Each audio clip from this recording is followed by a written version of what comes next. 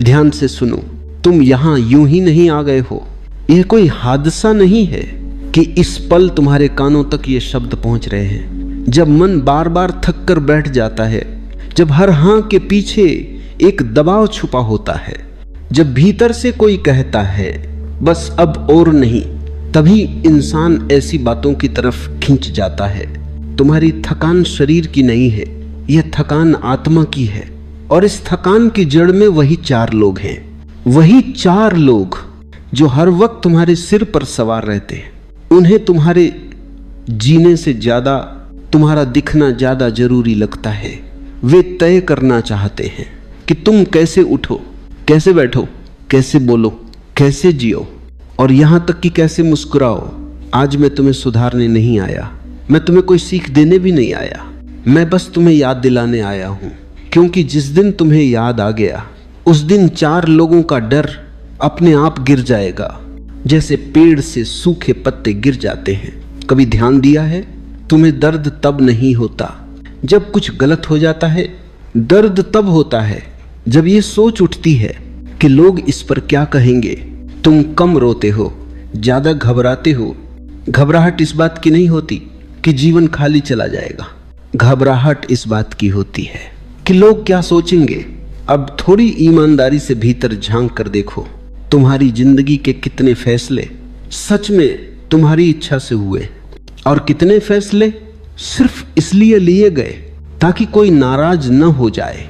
यही असली कैद है, जेल बाहर नहीं है, जेल तुम्हारे भीतर बनी हुई है। तुम्हें बताया गया कि समाज सबसे ऊपर है, लेकिन किसी ने यह नहीं बताया कि अगर समाज के लिए तुम खुद को खो दोगे तो समाज भी तुम्हें कभी नहीं पहचान पाएगा। और ये जो 4 लोग हैं, इनका कोई चेहरा नहीं होता। ये रिश्तेदार भी हो सकते हैं, ये जान पहचान वाले भी हो सकते हैं, ऑफिस के लोग या फिर तुम्हारे अपने घर के लोग। पर सच यह है, ये 4 लोग कभी संतुष्ट नहीं होते। आज तुम उनके हिसाब से ढल जाओगे, कल वे कहेंगे अब ये ज्यादा हो गया।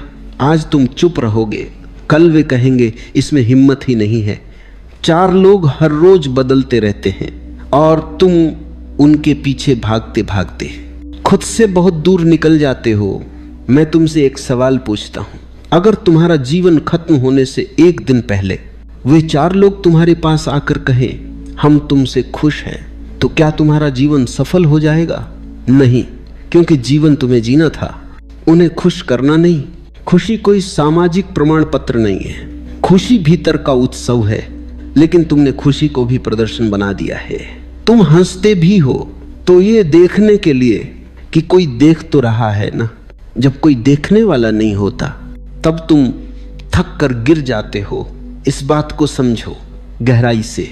जो आदमी 4 लोगों के लिए जीता है वह कभी पूरा नहीं जी पाता, और जो अपने लिए जीने की हिम्मत कर लेता है वही दूसरों के लिए भी रोशनी बन जाता है।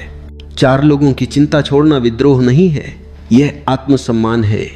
यह कहना कि मैं अपने जीवन की जिम्मेदारी स्वयं लेता हूं, घमंड नहीं है बल्कि होश है। और तुम्हें यह भय दिखाया गया है कि यदि तुम अपनी राह चुनोगे तो अकेले पड़ जाओगे, जबकि यह सबसे बड़ा भ्रम है।